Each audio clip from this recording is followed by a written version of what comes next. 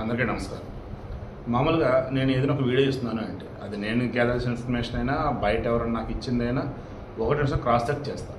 ఆ తర్వాత వీడియో ఒకవేళ ఎక్కడన్నా ఏదైనా క్రాస్ చెక్ చెప్పిన వీడియో ఇచ్చాను అంటే ఖచ్చితంగా దానివల్ల ఇబ్బందులే ఉన్నాయి. అలా రేర్గా ఇబ్బంది వచ్చినాయిలే. కానీ ఇప్పుడు ఏంటంటే ఒక మదర్ తాను చెప్పిన విధానం ఎలా అయితే ఎలా ఉందంటే నాకు ఏదో ఒక ఊహాజనితమైనటువంటి ఒక నవల్లో కానీ రాసే ఒక ఎపిసోడ్ ఉంటే అలా ఉంది.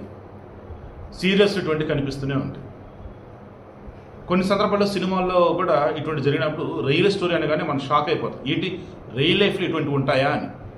నాకు ఒక మదర్ తాను 16 ఏళ్ళకే పెళ్ళయి ఆ బిడ్డలను కడుపులో మోస్తున్నప్పుడు భర్త పెట్టే వేధింపులు, పిల్లలు పుట్టిన తర్వాత ఈమెని ఎవ్రీ ఇయర్ గుండు కొట్టిస్తూ ఆడామికి గుండు కొట్టిస్తూ అందంగా ఉండకూడదు, ఊరు కనపడకూడదు అన్నట్టు భయంకర ఆంక్షలు పెడుతూ వేధిస్తూ ఇబ్బంది పెడుతున్నట్టు మూమెంట్లో కూడా ఆ పిల్లల్ని పెంచి పోషించి చివరికి వాళ్ళు అమెరికాలో బ్రహ్మాండంగా టెక్సాస్లో వెల్ సెటిల్డ్. ఇటువంటి మూమెంట్లో వాళ్ళ నాన్నతో విడాకులు అవ్వటం, ఇక ఈమె వచ్చేసి ఇప్పుడు వెళ్ళి వాళ్ళ అమ్మలతో ఉండటం. కనీసం వీళ్ళ పిల్లలు ఈమె దరిదాపులు కూడా రాకుండా వైజాగ్లో ఒక ఇల్లు లాంటిది ఏదో కొనుక్కొని ఆడే ఉంటూ వస్తూ పోతూ కనీసం ఇంకో పలకరింపు లేదు. ఏమి నాకు ఈమె పెట్టిన దానిలో యాసిడ్గా మరలా కంటెంట్ మొత్తం ఆమె పెట్టింది మొత్తం నేను చదివేస్తా. హార్డ్లో ఒక 3 నిమిషాలు 4 నిమిషాలు రావచ్చు. అది నిజమా అబద్ధమా మీరే చెప్పండి. నిజంగా నాకు అయినట్టయితే ఈ టెక్సాస్లో ఉంటుంటే మీ బంధువులందరూ దాన్ని చేరేలా చేయండి. అసలు దాకా వెళ్ళినప్పుడు వాళ్ళు పుణ్యం వండితే ఆడవాళ్ళైనా మగవాళ్ళైనా మీరు ఆ బిడ్డలు కనుక అయినట్టయితే ఆమెను ప్రేమగా రోజుకు ఒకసారి చెప్పిన వారానికి ఒకసారైనా అమ్మ అంటూ పలకరిస్తూ ఓ చిన్న వీడియో కాల్ మాట్లాడండి. ఆమె పిచ్చి అనుకుంటారా వెళ్ళి ఆసుపత్రిలో చేర్పించండి. లేదు మామూలుగా ఉందంటారా ఓ పలకరింపు ఆమెకి నోచుకునేలా చేయండి. ఆమె బాధ అంతా ఏదైతే ఉందో అది నేను ఇప్పుడు నెక్స్ట్ అటాచ్ చేస్తాను చూడండి. సో ముందే వీడియో ఫార్మాట్లో ఇంట్రడక్షన్ ఇచ్చున్నాను కదా, ఇక ఇప్పుడు నాకు ఆమె ఏం పెట్టారో ఒకసారి చదువుతాను వినండి. అనాథగా మిగిలిన అమ్మ, ఒక కన్నతల్లి ఆవేదన, నిరీక్షణ, విలువ ఎంతో మీరే చెప్పండి. ఆమె అడుగుతున్నది ఈ సమాజాన్ని, ఆమె కన్న బిడ్డలని. ఓకేనా? కంటిన్యూ చేద్దాం. ఎంత కావాలో అడగండి అమ్మా, వద్దన్నారుగా. అమ్మ విలువ మీరే చెప్పండి. 16 ఏళ్ల వయసులో నా గర్భంలో మోసిన నీ ప్రాణం విలువ ఎంతో మీరే చెప్పండి. నిండు గర్భంతో ఉన్న నాపై మీ నాన్న చేసిన శారీరక మానసిక దాడిని భరించి మిమ్మల్ని కాపాడుకున్న నా వేదన విలువ ఎంతో మీరే చెప్పండి. చిన్న వయసులో పురిటి నొప్పులతో నా తల్లి కూడా పక్కన లేకుండా తిరిగి ఈ ప్రపంచాన్ని మిమ్మల్ని చూస్తానో లేదో అని తెలియక నేను పోరాడిన పోరాటం విలువ ఎంతో మీరే చెప్పండి. నా రూపురేఖలు, నా రక్త మాంసాలతో ఊపిరి పోసుకున్న మీ విలువ ఎంతో మీరే చెప్పండి. మిమ్మల్ని మొదటిసారిగా నా చేతుల్లోకి తీసుకొని చూసుకొని మురిసిపోయి కన్నీళ్లు పెట్టుకున్న నా కన్నీటి విలువ ఎంతో మీరే చెప్పండి. హాస్పిటల్లో కనీసం నాకు కాఫీ ఇచ్చిన దిక్కు లేకుండా మీకు ఆకలి తీర్చిన మీ ఆకలి విలువ ఎంతో మీరే చెప్పండి. పెళ్ళి అయిన నాటి నుంచి ప్రతి సంవత్సరం నాకు గుండు చేయించి ఆనందం పొందిన మీ నాన్న కోరికలకు మానసికంగా శారీరకంగా అనుభవించిన క్షోభకు వెలకట్టి నా విలువ ఎంతో మీరే చెప్పండి. ఎటువంటి రోగాలు రాకుండా మీకు రోగ నిరోధక శక్తిని పెంచడానికి నా రక్తాన్ని చనుబాలగా మార్చి మీకు 3 ఏళ్ళు వచ్చే వరకు పాలిచ్చి పెంచిన ఈ చనుబాల విలువ ఎంతో మీరే చెప్పండి. నీవు కడుపు నొప్పితో బాధపడి ఏడుస్తుంటే ఏమి చేయాలో తెలియక అసలు ఎందుకు ఏడుస్తున్నావో అర్థం కాక మొత్తం తిరిగి అందరినీ అడిగి చివరకు హాస్పిటల్కి తీసుకొని వెళ్ళి నీకు డాక్టర్ ఇచ్చినటువంటి కోలిమిక్స్ డ్రాప్స్ వేశాక మోషన్ అయ్యి నువ్వు ప్రశాంతంగా పడుకునే వరకు నా గుండె ఎంత వేగంగా కొట్టుకుందో నా గుండె చప్పుడును అడిగి నా విలువ ఎంతో మీరే చెప్పండి. ఈ పైన కోలిమిక్స్ అనే డ్రాప్స్ దయచేసి అది మీ పిల్లలు మీరు వాడకండి. మీ డాక్టర్ ఏం చెప్తే అదే వాడుకోండి. ఓకేనా? నెక్స్ట్ కంటిన్యూ చేద్దాం. మీ చిన్నప్పటి ప్రతి విషయం నాకు ఒక్కో మధుర జ్ఞాపకం. ఇంకా మీ జ్ఞాపకాలతో నేను జీవనం సాగిస్తున్న నా జ్ఞాపకాలను అడిగి నా విలువ ఎంతో మీరే చెప్పండి. మీరు ఎటువంటి వ్యాధులకు గురి కాకుండా సమయానికి మిమ్మల్ని ఎత్తుకొని బస్సు ఎక్కి నడిచి మీకు వ్యాక్సిన్ వేయించిన మీరు ఆరోగ్యంగా ఉండాలని నేను మీపై చూపించిన దక్షత విలువ ఎంతో మీరే చెప్పండి. మీకు గోరుముద్దలు తినిపిస్తూ మీకు మాటలు నేర్పిస్తూ మీతో ఆడుకుంటూ మీరే లోకంగా బ్రతికిన నా బ్రతుకు విలువ ఎంతో మీరే చెప్పండి. నా తండ్రికి ఆరోగ్యం బాగాలేక మంచన పడి ఉంటే మీ తండ్రి విధించిన ఆంక్షలను శిరసా వహిస్తూ మీలోనే నా తల్లిదండ్రులను చూసుకున్న నా నిస్సహాయత విలువ ఎంతో మీరే చెప్పండి. ఇంతలోనే మళ్ళీ గర్భవతి నన్ను అనుమానంతో మీ నాన్న నా చేత్తోనే నా బిడ్డను చంపించిన రోజు నేను అనుభవించిన మానసిక క్షోభ విలువ ఎంతో మీరే చెప్పండి. తండ్రిని చూసి వచ్చినప్పటి మరుసటి రోజే తండ్రి చనిపోయిన వార్త తెలిసి వెళ్ళగానే కూతురుడు అంటే తండ్రిని చూసి వచ్చింది ఆమె, ఆ మరుసటి రోజు తండ్రి చనిపోయానంట. ఆ వార్త తెలిసిగానే చూశారు అంటే ఈమె వెళ్ళింది, కూతురు ఆయన చూశాడు, దెన్ ఆమె అంటే వాళ్ళ నాన్న చనిపోయాడు. అంటే కూతురు వచ్చింది, ఇక ఆమె వచ్చింది కదా అందుకు వాళ్ళ నాన్న చచ్చిపోయాడు. అంటే ఆమె వెళ్ళి వాళ్ళ నాన్న చంపిందట. అలా చుట్టుపక్కల వాళ్ళు మాడే మాటలు విని సమాధానం చెప్పలేని నా మౌనం విలువ ఎంతో మీరే చెప్పండి.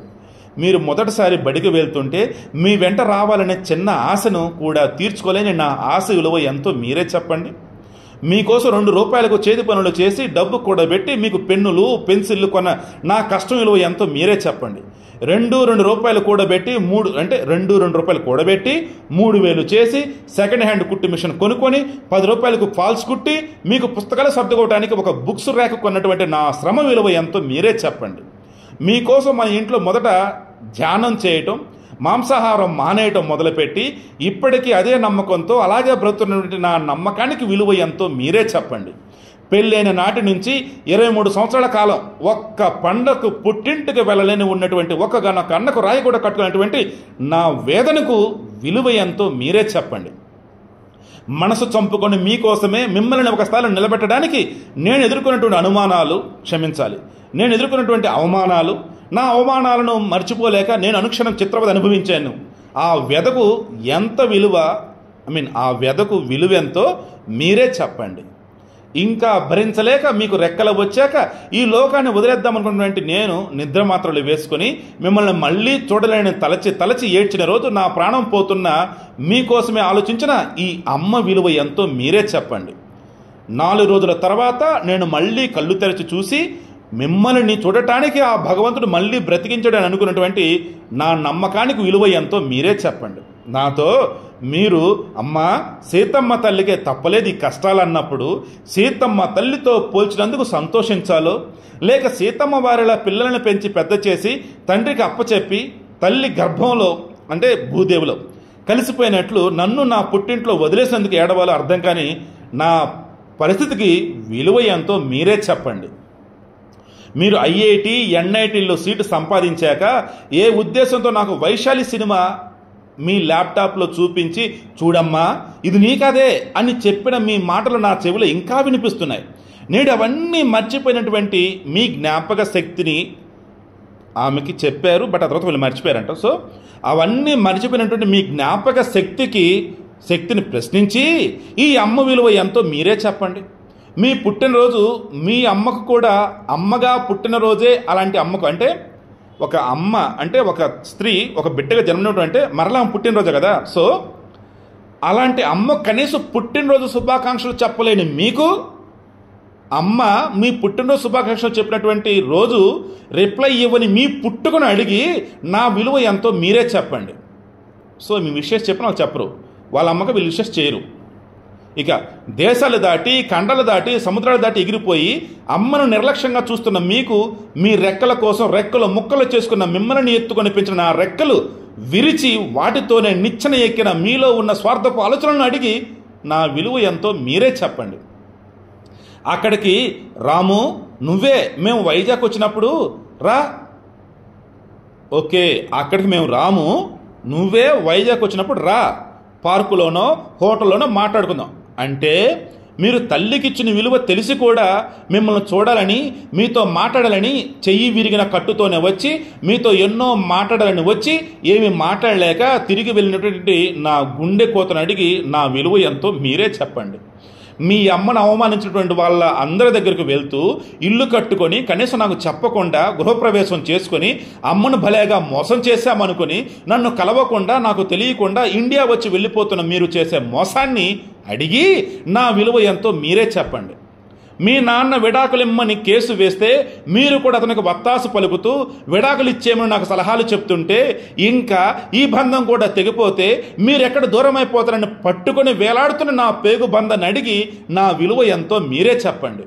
మీ నాన్న నన్ను కోర్టులో పిచ్చిదాన్ని అని చెప్పి విడాకులు అడుగుతుంటే నిజంగానే ఇంకా మీకోసం ఆలోచిస్తున్న ఈ పిచ్చిదాన్ని ప్రేమను అడిగి నా విలువ ఎంతో మీరే చెప్పండి.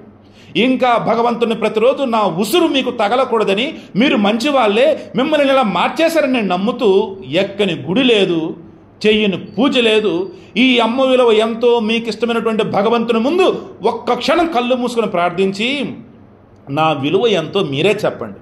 చివరకు నీకు పిల్లలని పెంచడం చేతగలదని అనే అమ్మలక్కల మాటల హోరు తట్టుకోలేక ఎక్కడికి వెళ్లకుండా ఒంటరిగా కూర్చొని నాకు నిజంగానే పిల్లల్ని పెంచడం చేత కాలేదా అని ప్రశ్నించుకుంటున్నటువంటి నా ప్రశ్నను అడిగి నా విలువ ఎంతో మీరే చెప్పండి. ఇంకా నా కళ్ళు మీకోసం ఎదురు చూస్తున్నాయి. మీకోసమే జీవోత్సవంలాగా మిగిలిన ఈ అమ్మ విలువ మీ మనసును అడిగి మీ అమ్మ విలువ ఎంతో మీరే చెప్పండి. సరే, మీరు తీసుకుని వెళ్ళిపోండి, మీ నాన్నకు విడాకులు ఇచ్చేస్తాను, నాకు ఇంకేం వద్దని అడిగితే డబ్బులు ఇస్తారు. ఆ డబ్బులతో బ్రతుకొని అడిగారు. మీరు చిన్నప్పటి నుంచి ఆ డబ్బులే తిని పెరిగి పెద్దవాళ్ళే పోయారా? మిమ్మల్ని మీరే ప్రశ్నించి అమ్మ విలువ ఎంతో మీరే చెప్పండి. చెప్పుకోలేనివి, చెప్పకూడనివి ఇంకా చాలా ఉన్నాయి. అమ్మను నిలువెల్లా దోచుకున్న తనయులు మీరు. ఇంకా టైప్ చేయలేను, కళ్ళు కన్నీటితో నిండిపోయాయి. దయచేసి మెసేజ్ను మీకు తెలిసిన వాళ్లకు అందరికీ వాట్సాప్లో కానీ, ఫేస్బుక్లో కానీ, ఇన్స్టాగ్రామ్లో కానీ, ఇంకా మీకు తెలిసిన ఏ మాధ్యమం ద్వారా అయినా సరే నా పిల్లలకు చేరేటట్టు నాకు సహాయం చేయండి. ఇంకా మానవత్వం మిగిలే ఉందని నిరూపించండి.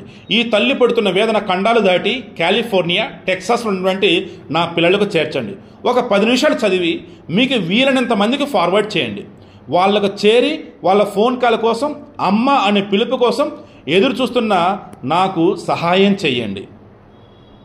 ఇదండి ఆమె పెట్టినటువంటి ఫస్ట్ మెయిల్లో కంటెంట్ అనమాట. దెన్ ఈవెన్ అది విన్న తర్వాత కూడా నేను ఆమెతో ఒక మాట అన్నాను. మీరు ఏదైతే మెన్షన్ చేస్తున్నారో చెప్తాను చూడండి. మీకు మొదటిసారి కవలలు జన్మించారా? ఇప్పుడు మీరు ఉండేది ఎక్కడ? మీ ఆలనా పిల్లలు చూసుకునేది ఎవరని పెట్టా. దానికి ఆమె వచ్చేసి, నా కవల పిల్లలు పుట్టలేదు సార్, నేను ఇప్పుడు అమ్మగారి దగ్గర ఉంటున్నాను, నా ఆలనా పాలన చూసుకునేవారు ఎవరూ లేరు సార్, నేను బాధపడుతున్నది కేవలం నా పిల్లల పలకరింపు కోసమే. నేను ఏదో చిన్న పని చేసుకుంటున్నాను, డబ్బుల కోసం కాదు సార్, ఆలనా పాలన కోసం కూడా కాదు సార్, అమ్మ అనే పిలుపు కోసం అని చెప్పేసి ఆమె నాకు మళ్ళీ రిప్లై ఇచ్చారండి. ఆమె ఏమైతే పెట్టినారో నేను వీలైతే డిస్క్రిప్షన్లో అది ఎంతవరకు అయితే వచ్చిందో నేను పెడతాను. దాన్ని ఏమంటారు, రిటర్న్ కంటెంట్ కదా, అది యాస్టిగా పెట్టేస్తాను. ఈ వాయిస్ ఫైల్ అయితే ముందు ఉన్న యాడ్కి దీనికి అటాచ్ చేస్తున్నాను. వెనకాల మహాభారతం అని పెడుతుంది. ఎందుకంటే మహాభారతంలో లేనిది ఏది ఈ లోకంలో లేదు. ఈ లోకంలో జరుగుతున్నది ఎంత ఏదైతే ఉందో అది మహాభారతంలో ఉంటుందన్నారు కాబట్టి వెనకాల మహాభారతం యాడ్ చేస్తున్నాను. ఖచ్చితంగా నాకు చదివిన ప్రకారం మొత్తం చెక్ చేస్తే నిజమేనేమో అనిపిస్తుంది. అరుదుగా ఉంటాయి ఇటువంటివి. మరి ఆ టెక్సాస్లో, కాలిఫోర్నియా వాళ్ళ పిల్లలు ఎవరైతే ఉన్నారో, ఆడవాళ్ళు కానీ మగవాళ్ళు కానీ, నేను వాళ్ళని అసలు తప్పడతలేదు. నిజంగా ఈమె పిచ్చిదైతే ఆసుపత్రిలో చూపించండి, మంచిదైతే ఒక చిన్న పిలుపు, అమ్మ ఎలా ఉన్నావు, అమ్మ తిన్నావా అన్న పిలుపు కనీసం వారానికి ఒకసారి. మీకు పెళ్ళి అయి ఉంటే మీ భార్యతోనో మీ పిల్లలతోనో మాట్లాడించండి. సో ఆఫ్టర్ లాంగ్ టైం నాకు తెలిసి ఈ కంటెంట్ చదువుతూ నేను ఎమోషనల్ అయి ఉన్నాను. లాంగ్ బ్యాక్ 60లో ఉన్నప్పుడు 2014లో ఒక రైతుకు సంబంధించిన ఫ్యామిలీస్ అన్న స్టోరీ, మిత్రుడు రాము అనమాట, అప్పుడు కాపీటర్ ఉన్నారు, తను అద్భుతంగా రాశారు. అగైన్ మరల ఇప్పుడు ఇన్నాటికి ఒక హృదయం కూడా ద్రవించే విధంగా కంటెంట్ చదివి ఉన్నా. సరే, ఆ తల్లికి అంతా మంచిదని కోరుకుంటూ ఉన్నా.